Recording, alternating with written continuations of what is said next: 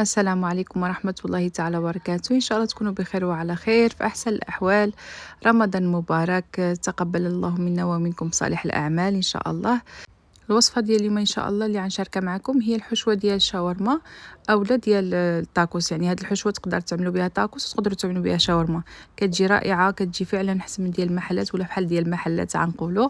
كتجي مذاق ديالها مختلف ومغاير، كتجي لذيذة بزاف. إن شاء الله تجربوها وتعرفوني على من كنهضر. بالنسبة للمقادير والطريقة ندوزو إن شاء الله على بركة الله المقادير. غنحتاجو صدر ديال الدجاج اللي كيبقى حسب الأفراد ديال العائلة اللي عندكم، وكتبقى على حسب اللي بغيتو. انا هنا تقريبا عندي كيلو ديال الصدر ديال الدجاج، صراحه ما وزنتهاشي. كنقطعوها شرائح هيدا رقيقه، ومن بعد كنقطعوها حافيه هيدا، وعاد كنقطعوها على الطول يعني باش كيجيو هاد الشرائح رقاقين. بحال موضح في الفيديو، كلشي موضح في الفيديو. تعمدت نقطع معكم باش تشوفوا كيفاش كنقطعها.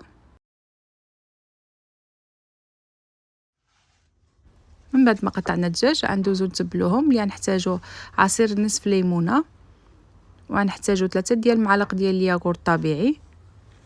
وبالنسبه للتوابل غنحتاجو معلقه صغيره ديال البودره ديال الثوم، معلقه صغيره ديال بودره البصل، نص معلقه ديال الاقامه ديال التوابل ديال الشاورما، شويه ديال الكاوزه محكوكه تقريبا واحد 4 معالق، وعندنا واحد معلقه صغيره ديال المرطاد اللي هنا كيكون حبوب كيجي لذيذ، ودا اللي ما توفرلوش يعمل المرطاد عادي.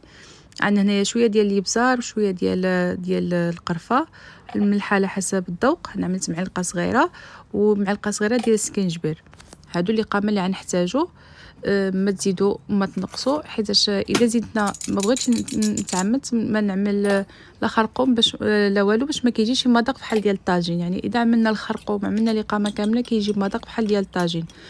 شاورما كتجيب هاد التوابل كيجيو رائعين، كتجيب فعلا بحال ديال المحلات.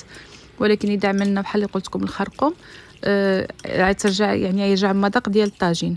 من الاحسن تعملوا هاد المقادير كي تجي تبعوني زعما في هاد النصيحه، وعاد تجيكم شاورما رائعه. صافي كنخلطوا الخلطه بهذا الشكل، وكنغطيوها بالسلوفان وكنخليوها في الثلاجه. قد ما خليتوها مزيان. انا صراحه هنا ما خليتهاش بزاف ديال الوقت، ولكن كل ما خليتوها كل ما كان احسن. صافي بالنسبه للخضره اللي نحتاجو معها. بالنسبه للخضر اللي ندخلها في الحشوه هي البصل الاخضر والفلافل الالوان. بغيتو تدخلوا شويه ديال الجزر محكوك وشويه ديال القرعه الخضراء محكوكه حتى هي، كيبقى لكم الاختيار، ولكن بهادو كيجيو رائعين. قطعت الفلافل بحال كتشوفوا قطع طوليه رقيقه بحال موضح في الفيديو، والبصل الاخضر قطعته قطع رقيقه يعني شلته رقيق. وصافي من بعد كنخليو الخضر جانبا، وكندوزو نجبدو الدجاج ديالنا اللي كيكون ارتاح شويه. كل ما ارتاح في الثلاجه كل ما كان احسن. عندي هنا 3 ديال الفصوص ديال الثوم مقطعين رقاقين، شويه ديال زيت الزيتون، واللي بزار اللي بغى يزيد من بعد. انا ما زيدتش حتى كان صافي يعني المقادير هما هذيك جاوني هما هذوك. سخنت شويه الزيت وعملت لها الثوم، وخليت الثوم تتحمر واحد شويه عاد بدات كتذهب، وكنضيف داك الدجاج اللي متبل عندي من قبل، وكنبقى نحرك على عافيه مجهده. من الاحسن تكون المقله ثقيله. اذا كانت المقله ثقيله يعني كتكون العافيه مجهده باش ما كنخليوش الدجاج يطلق داك الماء ديالو كيبقى رطب. الدجاج اذا مشى سرح الماء ديالو كيرجع من بعد كيرجع ناشف وكيرجع قاصح. عليها من الاحسن نجهدوا البوطه. ولكن اذا كانت عندكم مقله خفيفه نقصوا شويه البوطه، يعني كيبقى على حسب باش ما تحرقش. المهم الاحسن تكون البوطه مجهده، والطنجره او المقله اللي غتستعملوا تكون ثقيله.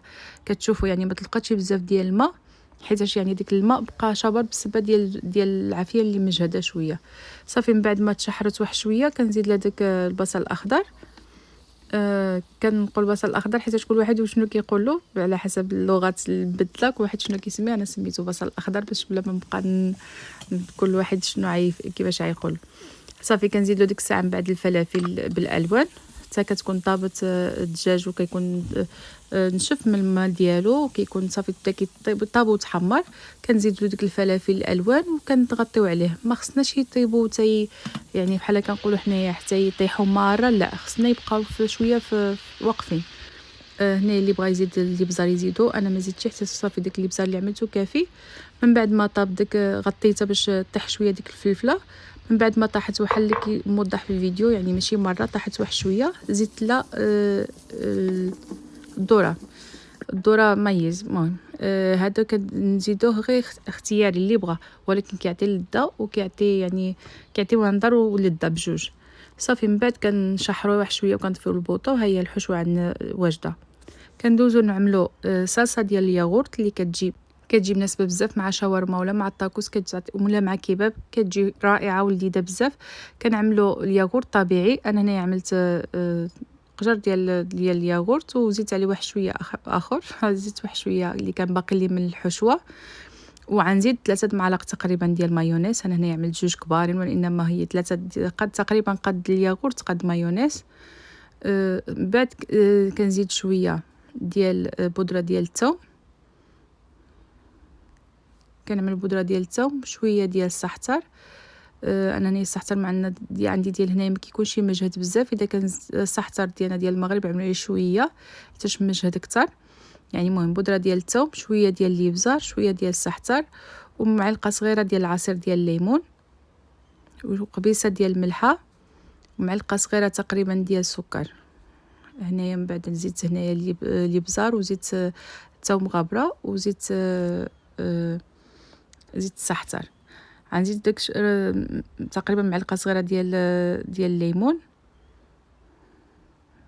بحال كتشوفوا، يعني واحد 3 عصيرات ديال الليمون هي هذيك، قبيصه ديال الملحه، وغنزيد معلقه صغيره تقريبا ديال السكر وصافي. وها هي كريمه ديالنا كنخلطوها. ها هي صلصه ديال الياغورت عندنا واجده، كتجي لذيذه وكتجي مناسبه بزاف بحال اللي قلت لكم مع شاورما ومع طاكوس ومع كلشي. من بعد ما وجدتنا الحشوه بحال كتشوفوا، وجدنا صلصه ديال الياغورت. عندنا الجبن، كتعملوا الاجبان اللي بغيتو. انا هنا عندي الاجبان الاربعه مخلطين.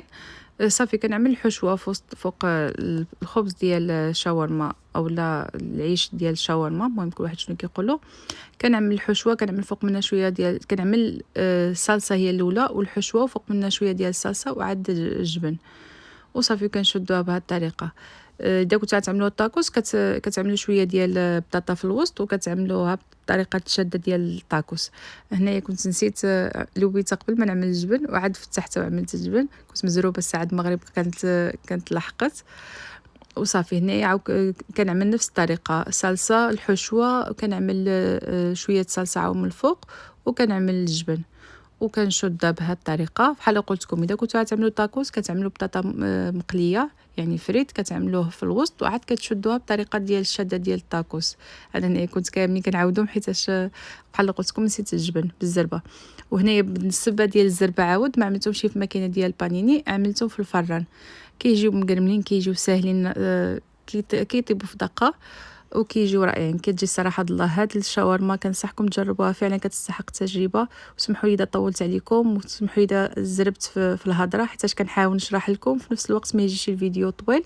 كنتمنى ان شاء الله نكون خفيفه على قلبكم. واذا عجبتكم الوصفه ما تبخلوش عليا بضغط زر الاعجاب وتشتركوا في القناه اذا عجبكم المحتوى وبغيتوا تشوفوا وصفات اكثر. نتمنى ان شاء الله نخليكم على خير وبخير، ونتلاقاو في فيديو مقبل ان شاء الله. دمتم في رعايه الله والى اللقاء.